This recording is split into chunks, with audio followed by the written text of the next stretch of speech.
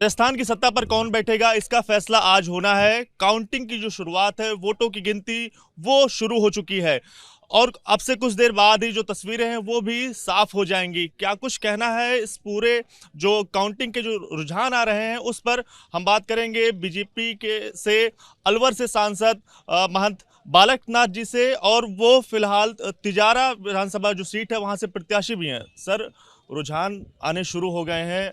105 के आसपास जो सीटों पर बढ़त वो बीजेपी को देखी जा रही है, 85 सीटों के आसपास जो कांग्रेस को देखी जा रही है। क्या कुछ कहना है आपका?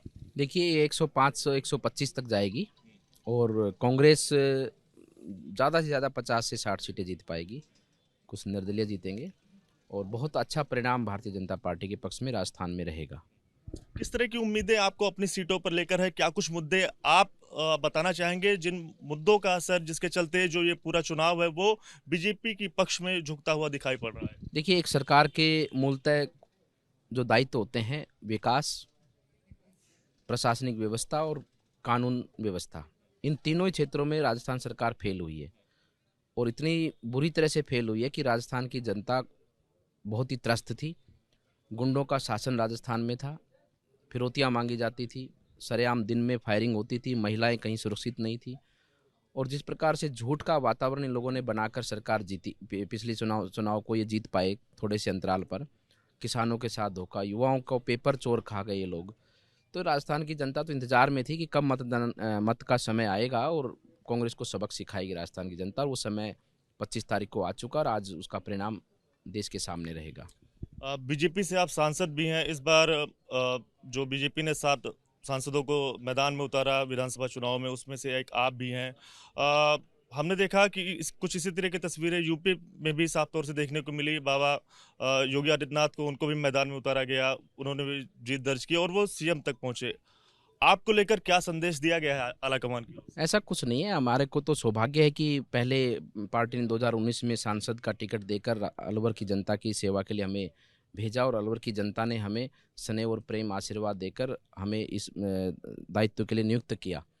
उसके बाद में अब पार्टी ने विधायक का टिकट देकर तिजारा क्षेत्र की जनता की सेवा के लिए हमें सौभाग्य से हमें प्राप्त हुआ है और हमारा सौभाग्य कि तिजारा की जनता के मन और हृदय के अंदर उन्होंने स्थान हमको उन्होंने स्थान दिया है और हम पूरे मन और भाव से अपने तिजारा की जनता की सेवा करेंगे और बहुत ही अच्छे से आने वाले समय पर तिजारा का विकास, वहाँ की कानून व्यवस्था और प्रशासनिक व्यवस्था, इन तीनों क्षेत्रों में बहुत बेहतरीन अच्छा काम होने वाला है।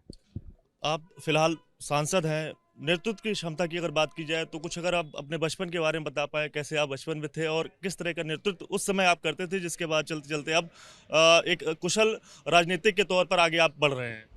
देखिए हमने तो जीवन अपना 6.5 साल की उम्र में समर्पित किया है नाथ संप्रदाय में अपने गुरु महाराज के श्री चरणों में, और तब से लेकर वर्तमान समय तक सेवा ही अपना एक धर्म है, सेवा ही अपना कर्म है।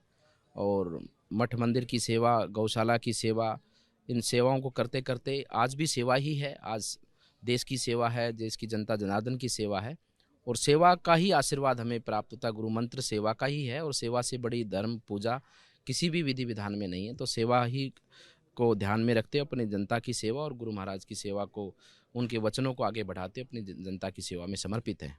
हिंदू धर्म में एक सनातन में गाय को माता का दर्जा दिया जाता है। आपने जैसे बताया कि गौशाला भी है, वहाँ पे सेवा की जाती है, लेकिन इस बीच तमाम सारी जो खबरें आती हैं कि राजस्थान में कुछ जैसे पहलू खान वाला मामला हो या फिर और भी दूसरे मामले, मोनू मानेसर से लेकर तस्करी वाला, जो उसके चलते लोगों की हत्याएं भी हो जाती हैं। आपका क्या सोचना है इसमें? देखिए दंड तो देखो इस धरा पर जो पाप करता है उसको मिलता है। लेकिन आरोप लगते हैं उसके चलते, मतलब आरोप तो देखो ये ऐसा है ना कि भगवान ने भी जन्म लिया है इस धरा के ऊपर, अवतार अवतार अवतार अवतार लिया है। क्यों? क्योंकि धर्म का नाश करने के लिए भगवान को भी आना पड़ता है। तो किसी ना किसी स्वरूप पे अधर्म के नाश के लिए भगवान आते हैं और धर्म की विजय होती है। और कैसे क्या हुआ वो तो कानून उसका निर्णय करेगा, लेकिन जिस प्रकार से कांग्रेस ने ऐसे व्यक्ति जो गो तस्करी में सम्मिलित हैं, 10 से अधिक मुकदमे उन पे दर्ज हैं और उनको मुख्यमंत्री उनके घर पर जाकर 25 लाख की अनुदान राशि की घोषणा करते हैं। इस तरफ अलवर के अंदर एक मुखबंदी बच्ची जिसके साथ रेप होता है, उसको रेप को भी स्वीकार ये सरकार नहीं करती, पहले करती फिर बाद में प्रियंका गांधी क्योंकि यहाँ थी ना, इसलिए उसको लिपापोती कर कर उसको रेप की घटना को मानने से इनकार करती है और उसको कुछ नहीं।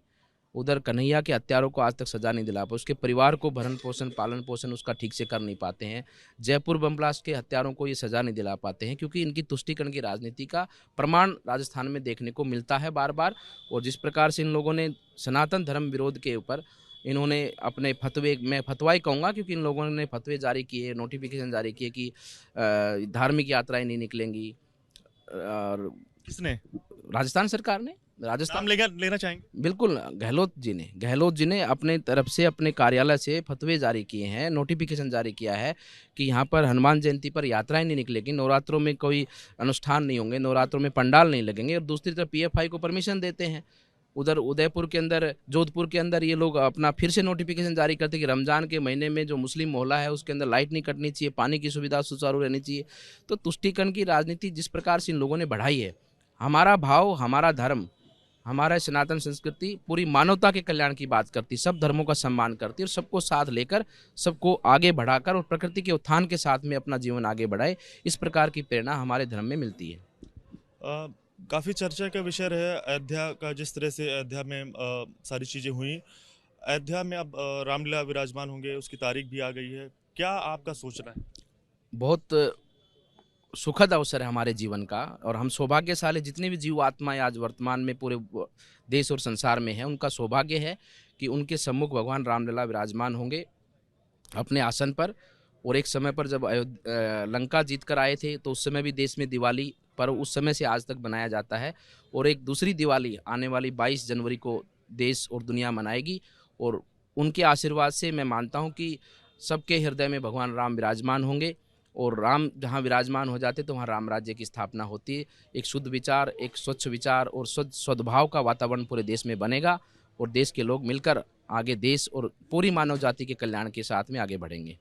एक बात और बताइएगा मुझे, 2014 से केंद्र में बीजेपी सरकार है, उस समय राजस्थान में भी बीजेपी की सरकार थी। आप उसके बाद सांसद बनते हैं यहाँ से। तमाम हम देखते हैं इस बीच जो सनातन धर्म का या फिर हिंदू राष्ट्र की जो बात है वो होने लगती है अचानक से। इन सब के बावजूद अगर हिंदू की बात की जाए तो हिंदू एक क्यों नहीं हो पा रहे?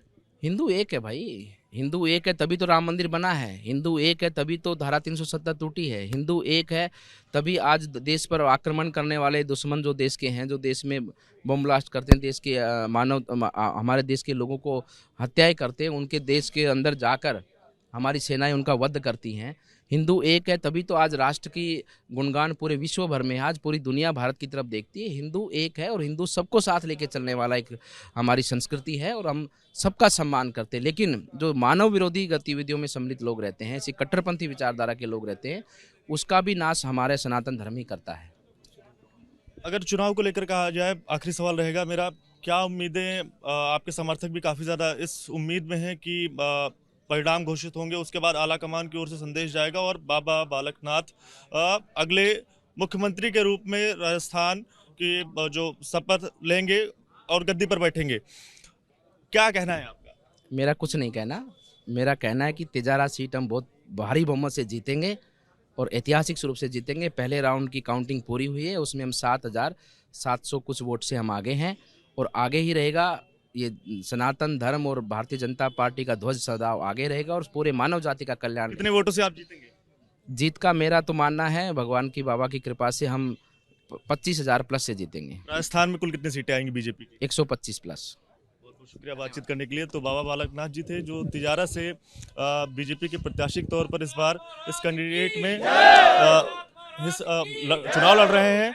और इसके अलावा उन्होंने ये भी कहा कि 125 से ज़्यादा सीटें जो है वो राजस्थान में बीजेपी की आएगी। इसके अलावा उन्होंने खुद अपनी जीत के बारे में दावा किया है कि 25,000 वोटों से ज़्यादा वो जीत हासिल करेंगे। कैमरा पर्सन अनिल कुमार के साथ दिव्यांकर तिवारी, अलवर, राजस्थान।